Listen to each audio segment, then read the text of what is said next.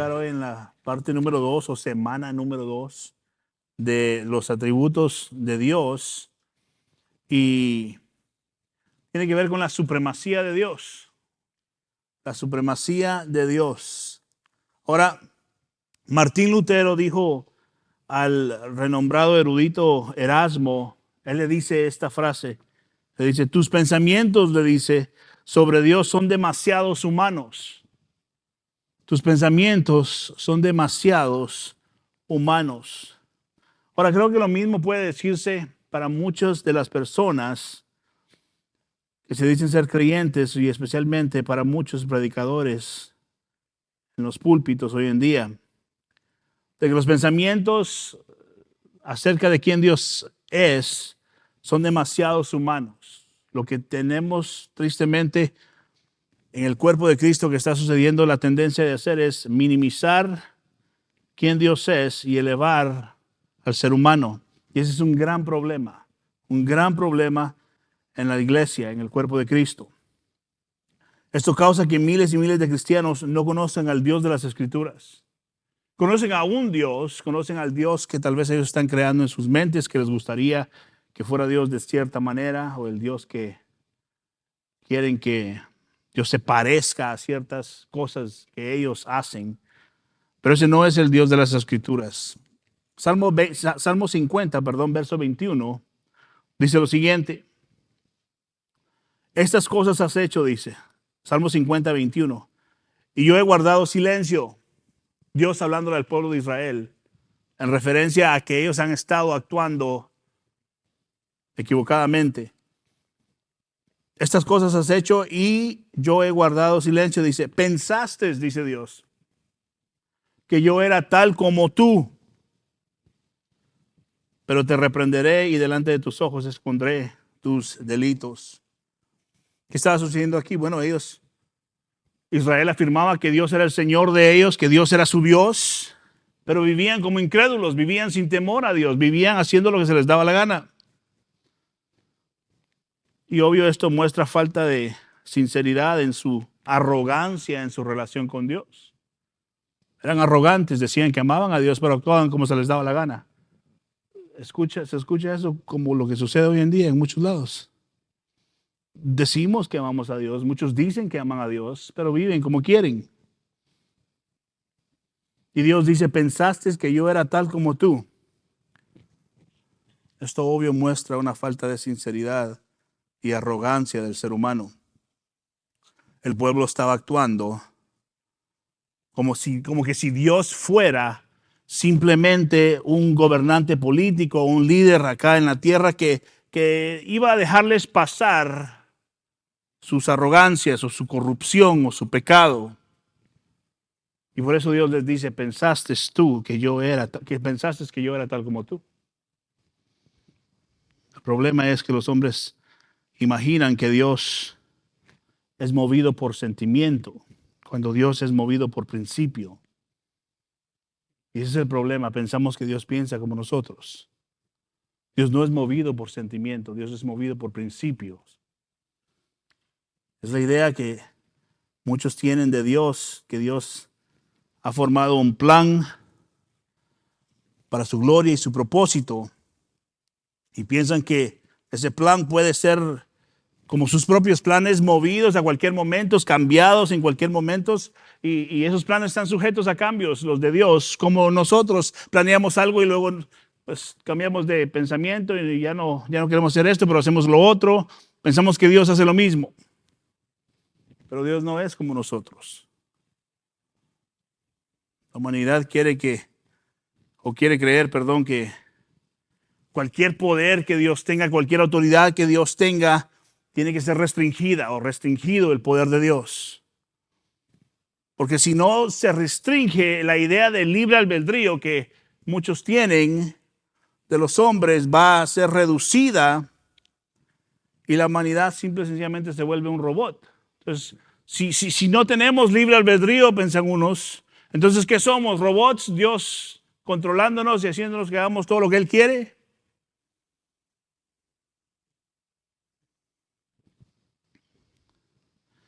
Y tristemente, el Evangelio y la obra del Espíritu Santo en nuestra redención, en la redención de los creyentes verdaderos, se ha reducido a una simple oferta. Una oferta que dice simple y sencillamente, aquí está el Evangelio. Y que hombres pecadores pueden ver el Evangelio y decir, decido rechazarlo. No creo en eso. Y que algunos en su pecado van a decir, sí, lo recibo, que entre en mi corazón. Suena algo así. Oye, ¿te gustaría aceptar a Jesús en tu corazón? Él te ama, sabes, te ama mucho. ¿Aceptarías a Jesús en tu corazón? Y si haces esto, tu vida va a cambiar y va a mejorar. Solo repite después de mí. Y el Evangelio se ha vuelto simple y sencillamente en una oferta barata. Que el hombre pecador decide aceptar o no. La oferta está en la mesa frente a pecadores y pensamos que ellos deciden aceptar al Dios Todopoderoso o rechazarlo. Piense qué tonto y patético es esto. Pensar que nosotros podemos decir, ver al Dios viviente y su oferta y rechazarlo si queremos o aceptarlo si queremos. Dios rogándonos, ¿verdad? Que le permitamos entrar. El alfa y el omega, el principio y el fin, el creador de los cielos y la tierra, está desesperadamente rogando al ser humano que le permitamos entrar en nuestro corazón. Piense qué ridículo se oye eso. Dios es Dios supremo sobre todo. Hablamos la semana pasada, Dios no nos necesita, Él es autosuficiente. Escucha lo que leemos en 2 Timoteo capítulo 1 verso 9. 2 Timoteo capítulo 1 verso 9. Él nos ha salvado y nos ha llamado con un llamamiento santo. 2 Timoteo 1, 9. No según nuestras obras. Aquí está la oferta. ¿Qué dices? No según nuestras obras. No es nuestra decisión. No según nuestras obras, sino según, ¿qué dice? Su propósito. Y según la gracia que se nos fue dada en Cristo Jesús desde la eternidad. ¿Qué quiere decir eso? Desde antes de la fundación del mundo, Dios ya había llamado a los suyos, salvado a los suyos, predestinado a los suyos. El favor inmerecido llegó a través de Cristo antes de que todo fuese creado. Aquellos quien Dios había amado de antemano. Dios planeó la historia de la redención. Dios la planeó de antemano.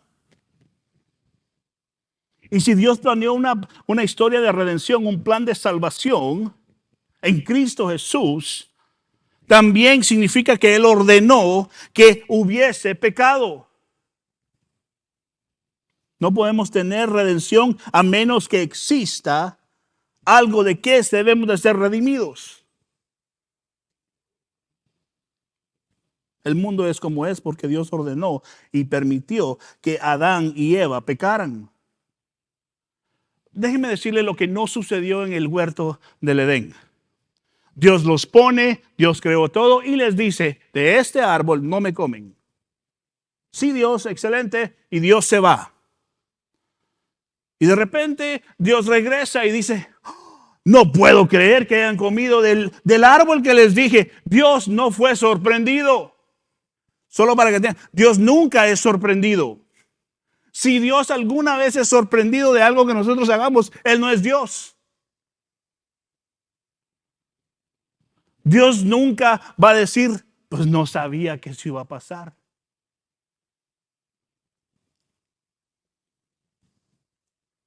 Esta es la supremacía de Dios. Todo lo que sucede es plan de Dios. Él es el autor y el consumador de todas las cosas. De todo lo bueno, de todo lo malo, nos guste o no nos guste, Dios está en control de este mundo, de las galaxias, del átomo más pequeño, del pez o insecto o lo que existe en la más profundidad de la mar que nadie conoce. Dios conoce y lo controla. Esa es la supremacía de Dios. Dios es supremo sobre todas las cosas. Dios lo planeó todo. Ese es el plan de Dios para redención de aquellos quien Dios iba a salvar. Dios ordenó que la gracia fluyera a través de Cristo Jesús crucificado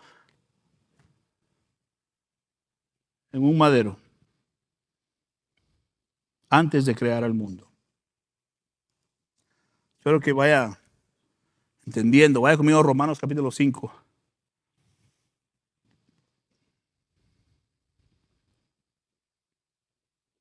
Escucha esto, la máxima revelación de la gloria de Dios. La máxima revelación de la gloria de Dios es la revelación de la gracia que fluye hacia los pecadores indignos. Esos éramos nosotros, ¿no? A través de un Salvador que sufrió. Ese es Cristo Jesús. Esa es la máxima revelación de la gloria de Dios. Su gracia y su misericordia sobre seres que no merecían ser salvos. Dios tuvo misericordia y nos salvó. No podía haber un Salvador si no había un pecado, si no había pecado del cual nosotros debíamos ser redimidos. Romanos 5:8 dice, pero Dios demuestra su amor con nosotros, dice, en que siendo aún pecadores, o sea, no merecíamos, Cristo murió por nosotros. Romanos, ¿qué dice? 5:8.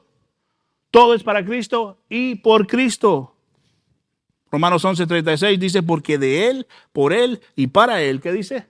Son todas las cosas. A Él sea la gloria para siempre. Amén, dice. Y el entender la supremacía de Dios significa que entendemos, que Él es el alfarero y nosotros somos el barro en sus manos. ¿Entendemos eso?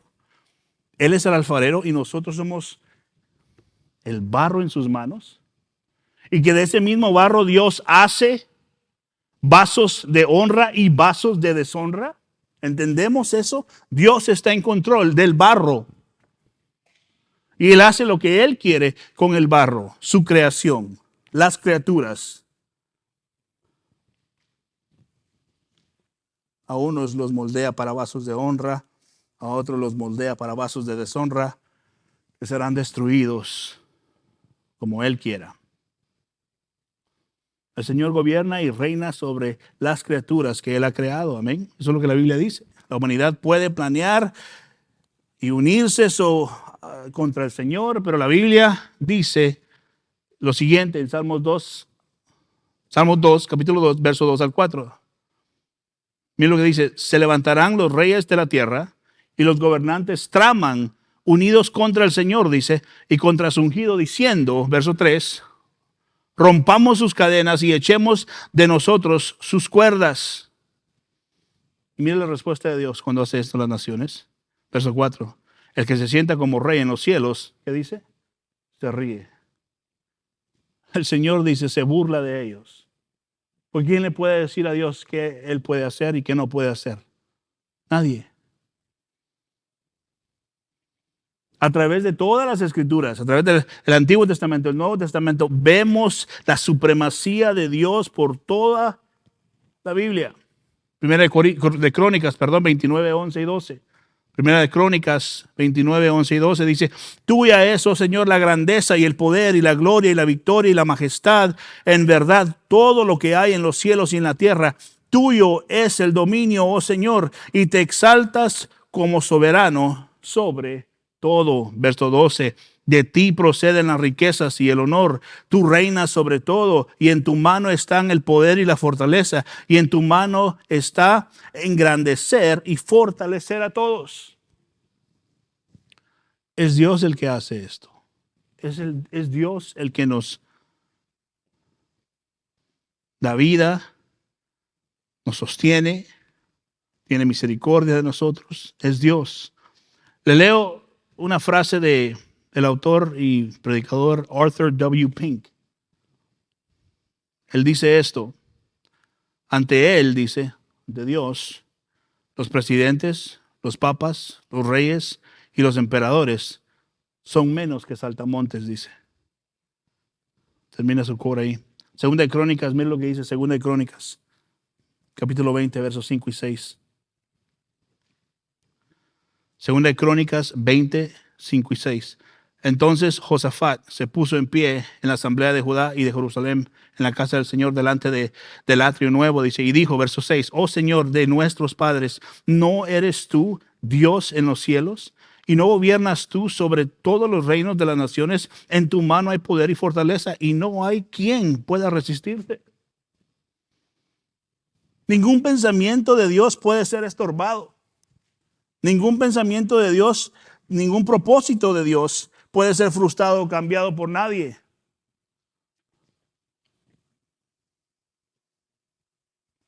Todo lo que Él designa, lo hace. Todo lo que Él decreta, lo ejecuta. La semana pasada leímos este salmo y es uno de los salmos más claros para entender la soberanía de Dios, la supremacía de Dios. Salmo 115, verso 3 dice, nuestro Dios está en los cielos. Él hace lo que le place. Punto. ¿Y por qué hace esto Dios? ¿Por qué Dios hace lo que le place? Bueno, Proverbios 21, versos 30 y 31 nos ayuda con esto y nos dice, Proverbios 21, 30 y 31, no vale sabiduría, ni entendimiento, ni consejo ante el Señor. O sea, no hay nadie que tenga suficiente sabiduría. No hay nadie que tenga suficiente entendimiento. No hay nadie que tenga mejor consejo que darle a Dios. Por eso es que Dios hace lo que le place. ¿A quién le va a decir Dios, qué piensas tú de esto? Créame o no, hay cristianos que creen que Dios está esperando su opinión acerca de ciertas cosas. Es ridículo. Esperando a ver, a ver si me ayuda a solucionar esto. Verso 31 dice, se prepara el caballo para el día de la batalla. Pero mire lo que dice, pero la victoria es del Señor. Puede hacer todo lo que usted tiene que hacer para prepararse para esto, para esto, para esto, para esto, pero eventualmente lo que suceda es la voluntad de Dios. Para bien o para mal de nosotros, es la voluntad de Dios. Y para el cristiano todo obra para bien, sea bueno o malo. Sea bueno o malo. Muchas veces queremos que ese verso solo signifique las cosas buenas, pero sea lo bueno o lo malo que nos pasa en la vida, todo obra para bien. ¿Por qué? Porque si somos verdaderos creyentes, le vamos a dar la gloria a Dios en lo malo y en lo bueno. Y vamos a poder decir, Señor, si esto, lo que me está pasando, bueno o malo, te da a ti la gloria, pues sea la gloria a ti, Señor. ¿Quién es Dios? No un Dios que nos inventemos, sino el Dios de las Escrituras. Le leo una porción rápidamente, otra vez de Arthur W. Pink, de su libro Los Atributos de Dios. Este es el libro en el cual estamos basando nuestra serie, obvio. Dice él esto en esta frase, mire lo que dice. La supremacía, él dice, de Dios sobre las obras de sus manos se describe vívidamente, dice, en las Escrituras, dice, la materia inánime, dice, las criaturas irracionales, todas cumplen las órdenes de su Hacedor, o sea, de Dios. A su placer el mar rojo se dividió y el agua se levantó como muros, Éxodo 14. La tierra, dice, se abrió su boca y los rebeldes culpables descendieron vivos al abismo. Eso está en Números 16. Cuando los ordenó, dice, el sol se detuvo, Josué 10, usted se recuerda de eso. En otra ocasión retrocedió 10 grados el día Dios en Isaías 38:8. Para mostrar su supremacía, dice él, hizo que los cuervos llevaran comida a Elías, si se recuerda en Primera de Reyes 17. Hizo que el hierro pudiera flotar sobre las aguas, Segunda de Reyes, capítulo 6, verso 5, ¿se recuerda? Cerró la boca de los leones cuando Daniel fue arrojado al foso, Daniel 6, y causó que el fuego no quemara a los 3 hebreos que fueron arrojados en las llamas en Daniel capítulo 3. Ese es nuestro Dios. Dios es supremo sobre todas las cosas. Mira lo que dice Salmo 135, verso 6. Todo cuanto el Señor quiere, lo hace. Todo cuanto el Señor quiere, lo hace. En los cielos y en la tierra, en los mares y en todos los abismos. No hay pie cuadrado en esta tierra que Dios no diga, eso es mío y yo lo controlo. No hay. No hay nada en esta tierra que Dios no diga, eso es mío y yo lo controlo. Dios es Rey y Señor sobre todo. Y este es el problema, uno de los problemas más grandes de la iglesia hoy en día, que no entendemos quién es nuestro Dios. No entendemos el Dios a quien le cantamos, no entendemos al Dios del cual predicamos, no entendemos al Dios del cual servimos. Y ese es el problema, que tenemos una visión baja de Dios. Para decirlo de otra manera, escuche esto, nada sucede sin que Dios desee que suceda. Él desea que suceda antes de que suceda. Y Él desea que suceda de la manera en que tiene que suceder. Así que la pregunta de hoy, de esta tarde, de esta noche, puede ser esta. ¿Por qué es esto tan importante? ¿Por qué es tan importante para mí como cristiano comprender la supremacía de Dios? ¿Qué tiene que ver esto conmigo? Tiene que ver mucho. Primero necesitamos entender que es un beneficio considerar los atributos de Dios. ¿Por qué? Porque tenemos que conocer al Dios que decimos que amamos. Tenemos que conocer al Dios en el cual le queremos decir a la gente que conozcan. ¿Conoce usted al Dios que usted quiere que otros conozcan? ¿O una versión del Dios de la Biblia? Nos ayuda muchísimo a establecer la fundación sólida de nuestra fe, conocer a nuestro Dios. Es necesario. Si no, estamos adorando a otro Dios, a un Dios ficticio, y no al Dios de la Biblia. Muchos adoran al Dios que sienten ellos que los tocó. Muchos adoran al Dios que los hizo llorar un sentimiento una vez. Pero no conocen al Dios de la Biblia. Muy importante que entendamos quién es el Dios al cual nosotros adoramos.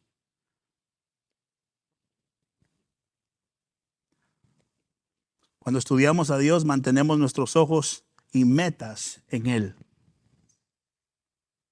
Cuando estudiamos a Dios, mantenemos nuestros ojos y metas y nuestra mente en Él. Colosenses 3, versos 2 y 3 dice esto. Pongan la mira, otra traducción dice pongan la mente. Colosenses 3, versos 2 y 3. Pongan la mira o mente en las cosas de arriba, dice. No, ¿qué dice? En las de la tierra. Porque ustedes han muerto y su vida está escondida ¿en quién? Con Cristo en Dios.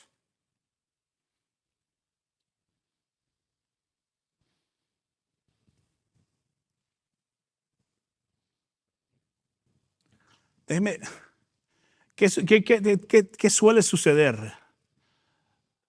Nos emocionamos más por las noticias de la tierra, la información de lo que esté pasando, más que conocer a nuestro Dios. Mantenernos enfocados en Dios. Muchos andan ahí diciendo, ¿vieron las noticias de los marcianos, del UFO y Congreso y esto? ¿Y qué será eso? Y pasan horas averiguando. ¿Qué será eso? Ponga la mirada o la mente en las cosas de arriba, dice, no en las de esta tierra.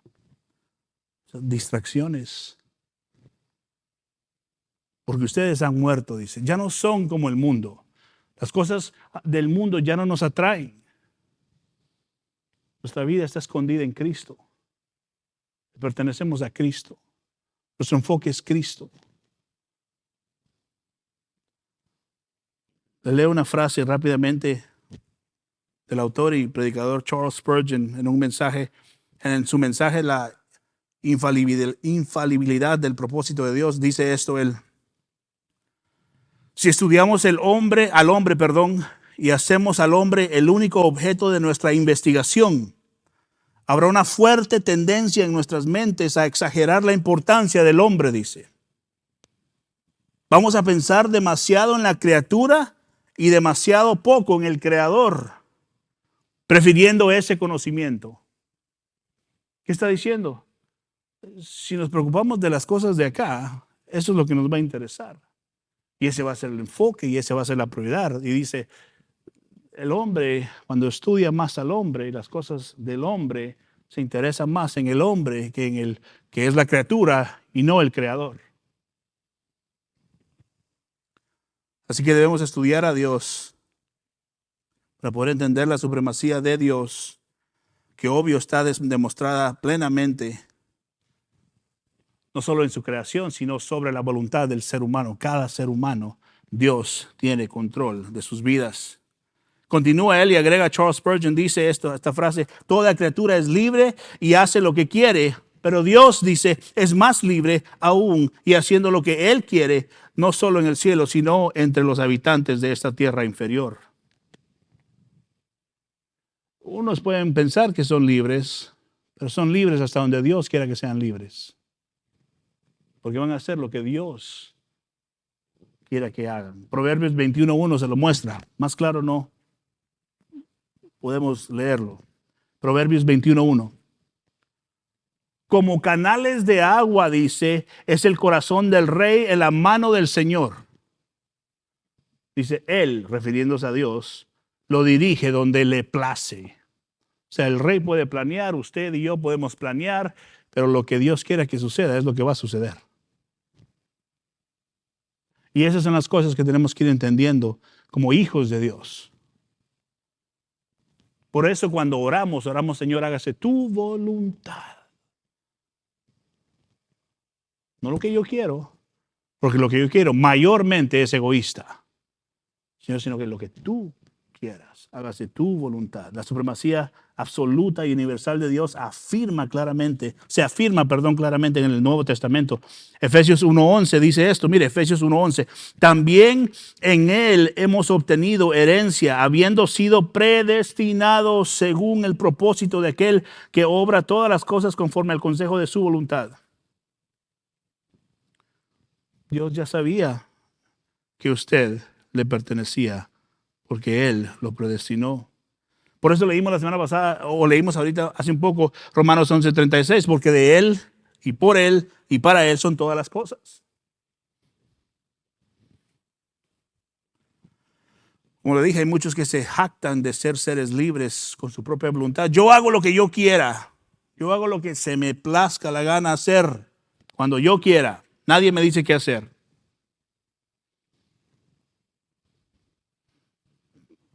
Por eso Santiago capítulo 4 nos habla de esta manera para que recordemos, especialmente si hemos dicho cosas como esas. Santiago 4, verso 13 al 15 dice lo siguiente: oigan ahora ustedes que dicen, hoy o mañana iremos a tal o cual ciudad y pasaremos ahí un año, haremos negocio y tendremos ganancia. Sin embargo, verso 14, ustedes no saben cómo será su vida mañana. Solo son un vapor que aparece por un poco tiempo y luego se desvanece. Verso 15, más bien deberían de decir, si el Señor quiere, viviremos y haremos esto o aquello. La supremacía de Dios en todas las cosas, aún en su vida y mi vida. Yo le pido al Señor que poco a poco, mientras estemos estudiando los atributos de Dios, vayamos viendo y entendiendo más y más cómo en realidad Dios tiene control sobre todas las cosas y sus características, lo que a Él le place y lo que no le place. Mire, Dios gobierna completamente y reina completamente sobre su creación. Mateo 28:18 lo pone de esta manera, dice, acercándose Jesús, hablando aquí, dice, les dijo, toda autoridad me ha sido dada en el cielo y en la tierra, todo le pertenece a Él, todo es de Él. Él hace lo que Él quiera con su creación y sus criaturas. Esto incluye Dios teniendo la autoridad de remover reyes, establecer reyes como a Él le plazca, mover presidentes, gobiernos, gobernadores, como a Él le plazca.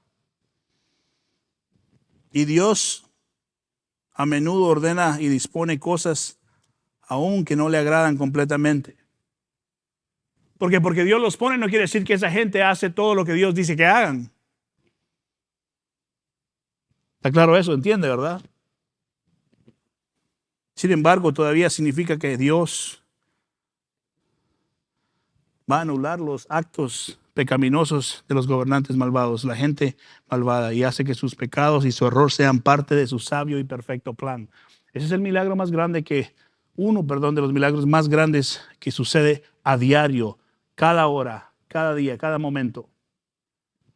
Que aún en las cosas malas, la voluntad de Dios se hace de acuerdo como Él quiere que sucedan. Y Él recibirá la gloria y la honra. Por eso dice Romanos 11:33, miren lo que dice. Oh profundidad, dice, de las riquezas y de la sabiduría y del conocimiento de Dios. Romanos 11:33. Cuán insonables, dice, son sus juicios e inescrutables sus caminos. Hay muchas cosas que son demasiado amplias y grandes para nosotros. Y Pablo está diciendo, cuán profundas son sus riquezas, cuán profunda es su sabiduría y su conocimiento. Solamente sabemos que Él está en control, que Él tiene todo en sus manos. Nuestros corazones deben descansar al saber que nosotros estamos en sus manos. Sí, para el creyente, el entender que Dios es supremo sobre todas las cosas, que Dios es soberano sobre todas las cosas, esto debería darnos paz y fortaleza, ánimo, gozo. Descansemos en esto. Nuestras vidas no son producto de una fe ciega. Nuestras vidas no son el resultado de casualidad, sino que intencionalmente Dios ha causado que estemos donde estemos. Dios no comete errores. Y necesitamos saber esto como creyentes. Cada detalle de nuestra vida fue ordenado por Dios desde la eternidad.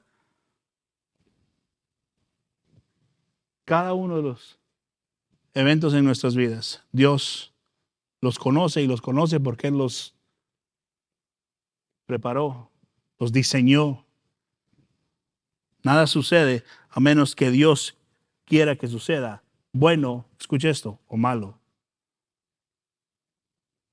Él es Dios supremo. Proverbios 16:9 dice lo siguiente. Y esto es importante entenderlo. Creo que muchos de nosotros hemos leído estas cosas, pero a veces pasan sobre nuestras cabezas.